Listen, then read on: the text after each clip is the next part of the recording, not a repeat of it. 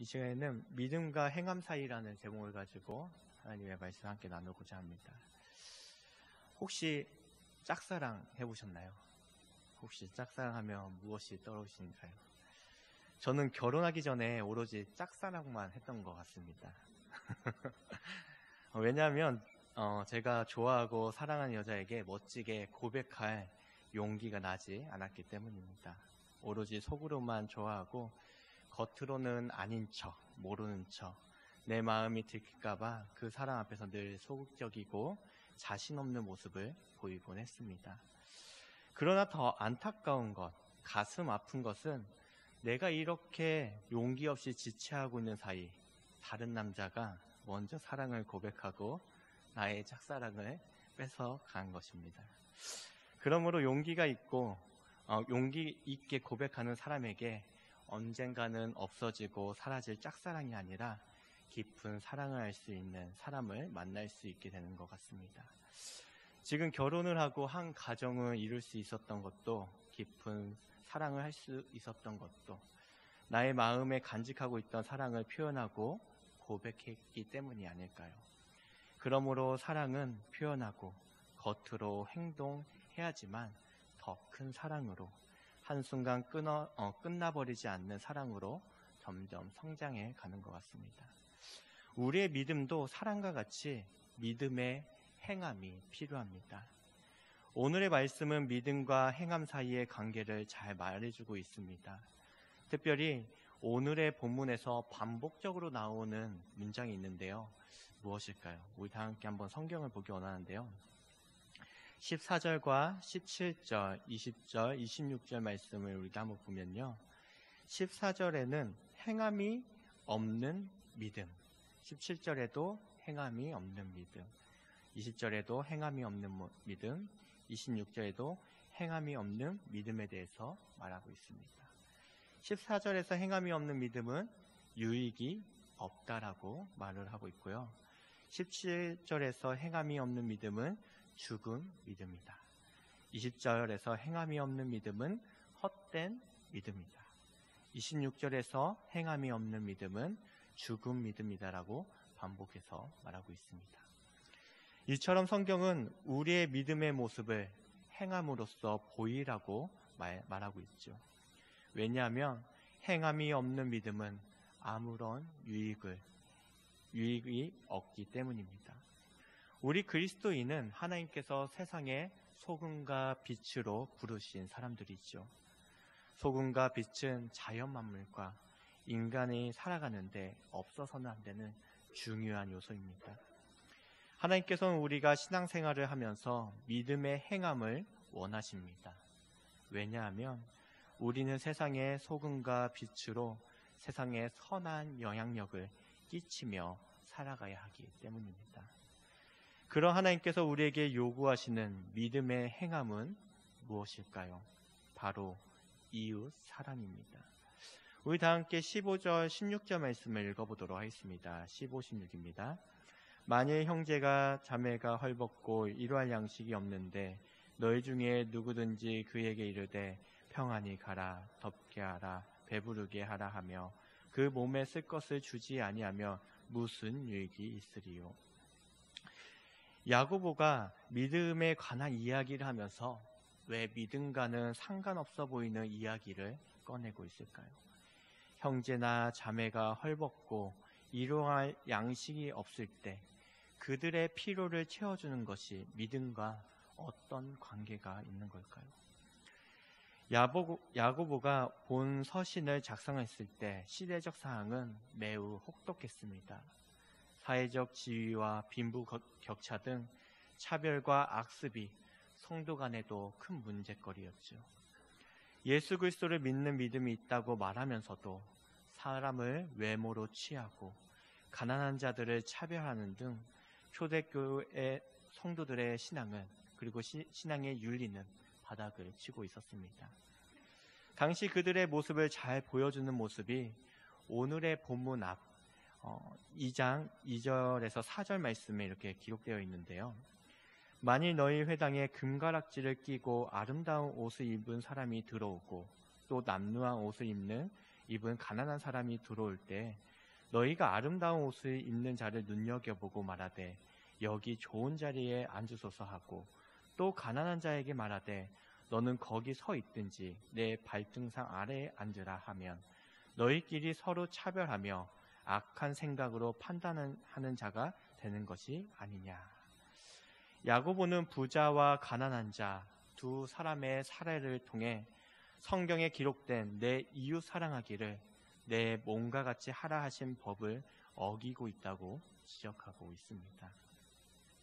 형제와 자매, 즉 교회 내에 가난한 지체들은 충분한 의복뿐만 아니라 음식 또한 먹지 못한 채 방치되어 있었죠. 그들은 인간으로서 살아갈 최소한의 먹을거리와 입을 것도 갖추지 못한 채 극도로 비참한 상태에 놓여 있었습니다. 야고보는 초대교회 안에서 이러한 비참한 상황과 차별이 일어나고 있다는 사실에 비통해 하였죠. 믿음이 있다고 말하면서도 가난한 자들을 실제적으로 도와주시지 않고 그들에게 아무 유익도 없는 듣기 좋은 말, 껍데기뿐인 말, 영혼 없는 말만 건네고 있었습니다. 그들이 얼마나 춥고 배고픈지 헤아려 보는 눈기조차 주지 아니하였죠. 가난한 자들의 필요를 무시하고 최소한의 사랑의 행위조차 행하지 않는 위선적인 모습을 보일 뿐이었습니다. 사랑하는 성도님 여러분, 야고보는 초대교회 성도에게만이 아니라 오늘날 우리에게도 만일 형제나 자매가 옷이 없고 먹을 것이 없을 때 믿음이 있는 사람이라면 어떤 행동을 해야 할지 문제를 던져주고 있습니다. 믿음이 있다고 말하는 저와 여러분은 어떻게 해야 할까요? 오늘날 교회에도 초대교회의 문제가 여전히 존재하고 있습니다. 주위를 조금만 돌아보면 추위와 배고픔에 고통스러워하는 사람과 지역과 사회 속에 만연한 악습들로 인해 차별과 편견으로 소외된 사람들, 조금 더 눈을 멀리 보면 세계적으로 기아와 전쟁, 기후 문제 등 도움이 필요한 사람들이 너무 많이 있습니다.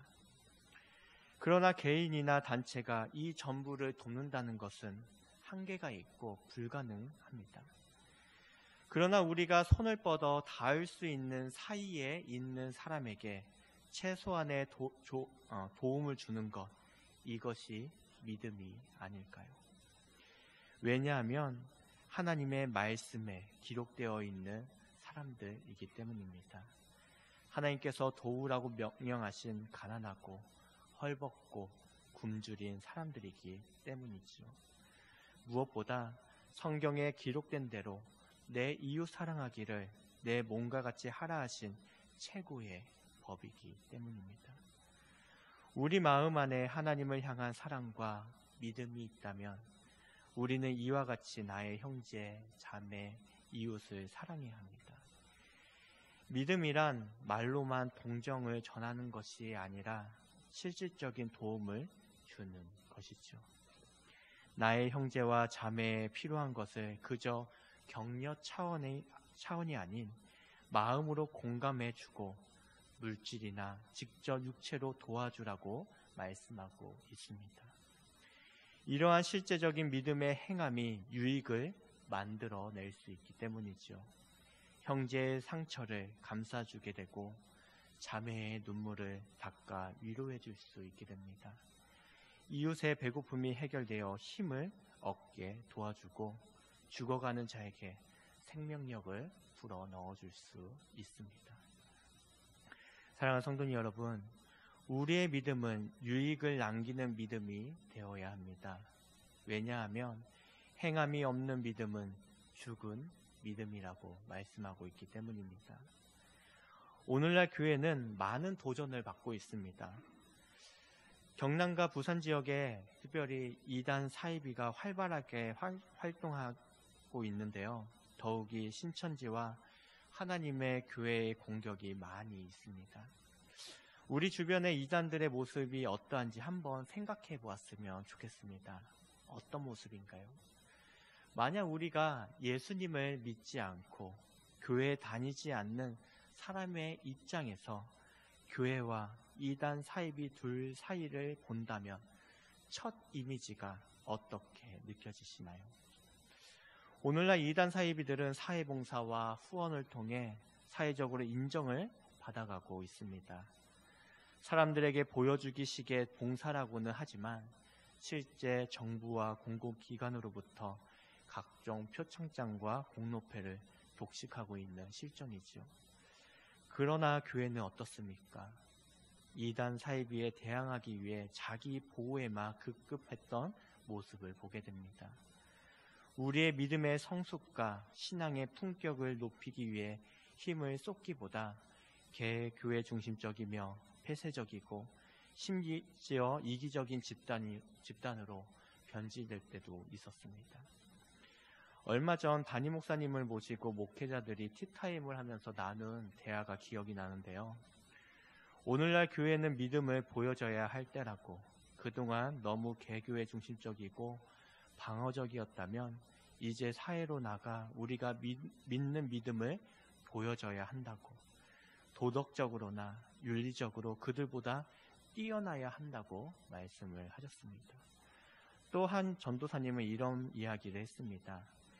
교회에 인지도가 있는 한 목사님께서 하신 말씀인데요. 중국이 지금 신종 코로나 바이러스로 고생하는 이유는 교회와 선교사들을 핍박하였기 때문이라고 말씀을 하셨다는 것입니다. 사실 이러한 말들을 듣게 되면 개인적으로 같은 기독교인이라는 것이 부끄러질 때가 많습니다. 언제부턴가 교회는 사회를 향해 점점 무식하고 무례하고 무자비한 모습을 여과없이 보여주는 것이 너무 안타깝습니다. 과연 이러한 모습이 믿음이 있는 모습이라고 말할 수 있을까요? 믿음을 지키기 위한 것이라고 그들은 말을 하지만 정작 믿는 사람마저도 떠나게 만드는 모습이 아닐까 걱정이 밀려옵니다. 오늘날 교회는 사회적으로 많은 도전을 받고 있습니다. 18절 말씀입니다. 어떤 사람은 말하기를 너는 믿음이 있고 나는 행함이 있으니 행함이 없는 내 믿음을 내게 보이라. 나는 행함으로 내 믿음을 내게 보이려 하리라. 오늘날 세상은 우리에게 이와 같이 말하고 있지 않을까요? 너희 믿음을 내게 보이라라고 말입니다. 너희가 가지고 있는 믿음이 참 믿음이란 것을 그 믿음을 통해 나타나는 행함으로 증명해 보이라고 말하고 있습니다. 시대적 요구 앞에 우리는 어떤 믿음의 행함을 보여줄 수 있을까요? 자신이 믿고 있는 것에 대한 확신과 자신감이 없이는 매우 힘든 요구이기도 합니다. 그렇지만 안타까운 사실은 우리 주변의 이단 사이비들은 잘못된 믿음임에도 불구하고 그들의 믿음을 세상을 향해 당당하게 보여주고 있습니다. 사망과 죽음으로 가는 잘못된 믿음이지만 그들의 행함만큼은 우리가 도전을 받아야 하지 않을까요? 사랑하는 성도님 여러분, 죽은 사람은 말이 없습니다. 죽은 사람은 아무런 반응을 보이지 않죠. 죽은 사람은 죽은 그 순간부터 자신의 표현과 반응, 행동을 잃어버립니다. 그러므로 우리의 믿음이 아무런 표현과 반응과 행동을 보이지 않는다면 우리는 심각한 고민을 해보아야 합니다. 과연 내 믿음은 생명력 넘치는 믿음인지, 아니면 죽은 믿음인지, 그것도 아니면 잠시 혼수 상태에 빠져있는 믿음은 아닌지 말입니다. 우리가 아무리 하나님은 살아계신다, 하나님은 한 분이시다, 하나님은 우리를 구원하시고 영원한 생명을 주시는 분이시다 외쳐보아도 정작 우리의 행함과 삶의 모습에서 하나님은 전혀 살아계시지 않는 것처럼, 하나님은 한 분, 유일하신 분이 아니신 것처럼, 하나님은 우리를 구원하시지 못하시는 것처럼 행동하며 살아간다면 그 사람은 겉으로는 믿음을 가졌다고 말할 수 있을지는 모르지만 실제로는 죽은 믿음입니다. 왜냐하면 죽은 믿음은 반응을 보이지도 행동을 보이지도 않기 때문이죠. 19절에 귀신들도 하나님은 한 분이신 줄 믿고 떠느니라고 말씀하고 있습니다. 여기서 하나님은 한 분이시라는 고백은 우리가 잘 알고 있는 이스라엘아 들으라 우리 하나님 여호와는 오직 유일한 여호와이시니 신명기 6장 4절에 기록된 고백이기도 합니다.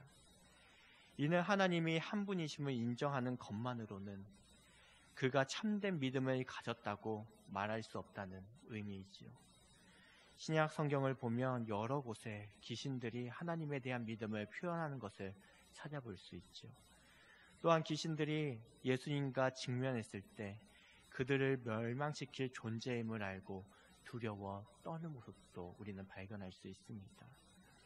이처럼 귀신들은 하나님의 존재에 대한 믿음도 있고 그에 대한 두려움도 있었지만 하나님의 뜻과 말씀과는 전혀 상관없이 살아갔습니다. 왜냐하면 귀신들은 이미 죽은 존재이며 사망에 묶여있는 존재들이기 때문입니다. 그러나 우리는 귀신과는 차원이 다른 존재들이 아닙니까? 예수 그리스도를 믿고 사망에서 생명으로 죄의 종에서 하나님의 자녀로 거듭난 존재입니다. 이제 우리가 하나님께서 우리 삶에 살아계시고 유일하신 하나님이시며 우리의 구원자가 되심을 믿는다면 그에 합당한 반응과 행동을 보여야 할 때입니다. 사랑하는 성도님 여러분, 우리는 무익한 믿음, 죽은 믿음, 헛된 믿음의 모습에서 벗어나 온전한 믿음으로 나아가야 합니다. 행함만이 우리의 믿음을 온전하게 만들 수 있다는 사실을 기억하시기 바랍니다. 그렇다면 행함이 있는 믿음은 어떤 모습일까요?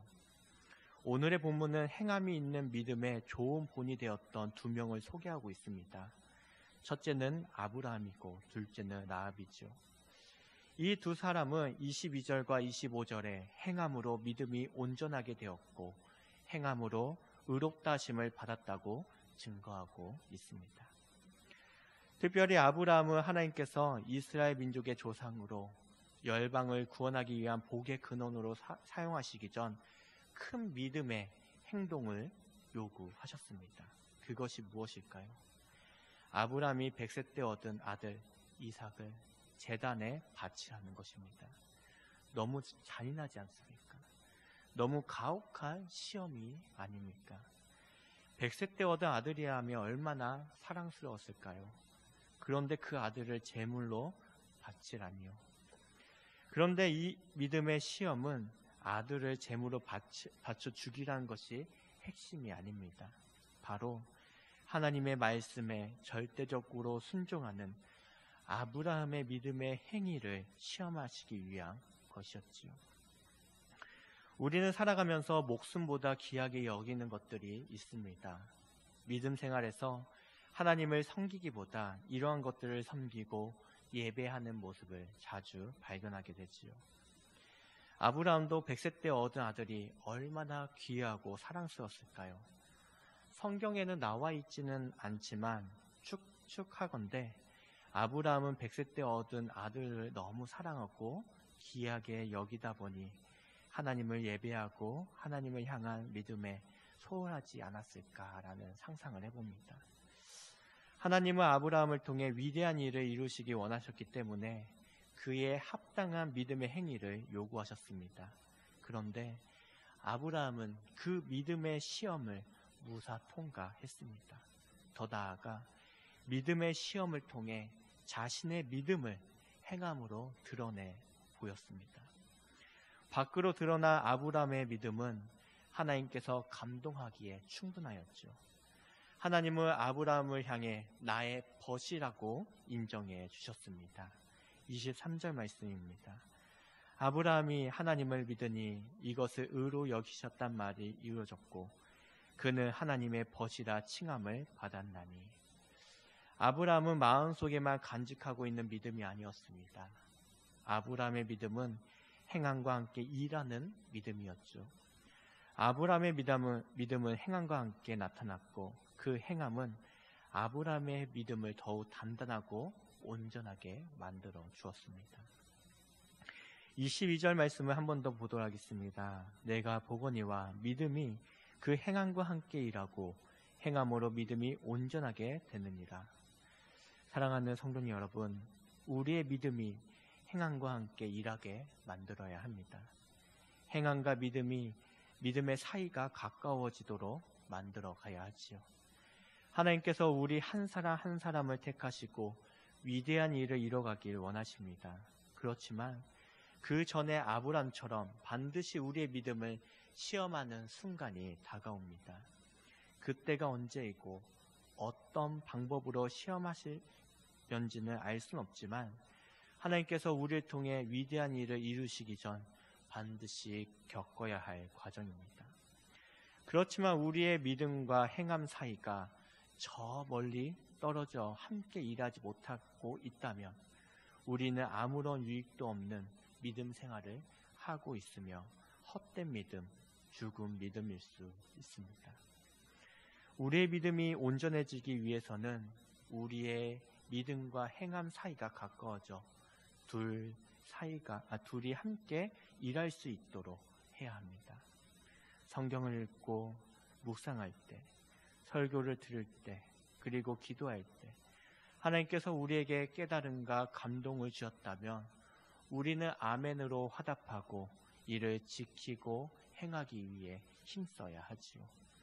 우리의 반응과 표현과 행동이 우리의 믿음을 더욱 온전하게 만들어주기 때문입니다. 그러나 우리가 한 가지 오해하지 말아야 할 사실이 있습니다. 우리는 믿음으로 구원을 받지 결코 행함으로 구원을 받지는 못합니다.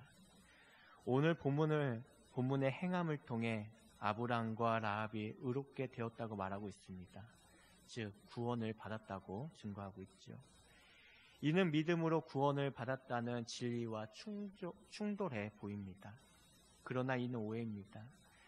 아브람의 이야기는 출애굽기에, 라합의 이야기는 여호수아서에 자세히 기록되어 있는데요. 그들의 전체적 이야기를 보게 되면 아브람과 라합이 행함을 하기 전 먼저 믿음으로 의롭게 되었고 구원을 받았다고 말하고 있습니다. 즉 믿음이 먼저이고 행함은 하나님을 믿음으로 함께 따라오는 것이죠. 우리는 행함으로 의롭게 되고 구원을 받은 것이 아니라 우리가 믿음으로 의롭게 되고 구원을 받음으로 그에 걸맞는 행함을 하는 것입니다. 우리가 믿음으로 의롭다 칭하여지고 구원을 받았다면 그 의롭게 되고 구원받은 것을 확증해 가는 것, 완성해 가는 것이 행함입니다. 그러므로 믿음은 행함으로 온전해질 수 있는 것이죠. 이는 마치 열쇠가 두 개가 달린 금고와 같아 보입니다. 어느 한쪽이 열렸다고 해서 금고가 열리는 것이 아니라 두 열쇠가 모두 풀려야만 문이 열리듯이 믿음은 행함과 함께 일할 때 비로소 온전한 믿음이 드러나게 됩니다. 사랑하는 성도님 여러분, 우리는 행함으로 우리의 믿음을 보여야 합니다. 우리의 믿음과 행함 사이가 멀어져 함께 일하지 못하게 된다면 우리는 이 세상에 아무런 유익을 주지 못합니다. 죽은 믿음이고 헛된 믿음이 됩니다. 우리는 그동안 행함 없는 믿음에만 머물러 있지는 않았는지요. 믿음과 행함 사이가 가까워져 행함이 있는 믿음으로 나아가길 소망합니다. 믿음과 행함, 이 둘 사이를 점점 줄여감으로 우리의 믿음이 행함으로, 행함이 믿음으로 드러나는, 그로 인해 하나님과 많은 사람들에게 유익이 되는 믿음, 생명력이 넘치는 믿음, 가치를 만들어가는 믿음이 되길 간절히 기원합니다. 기도하도록 하겠습니다.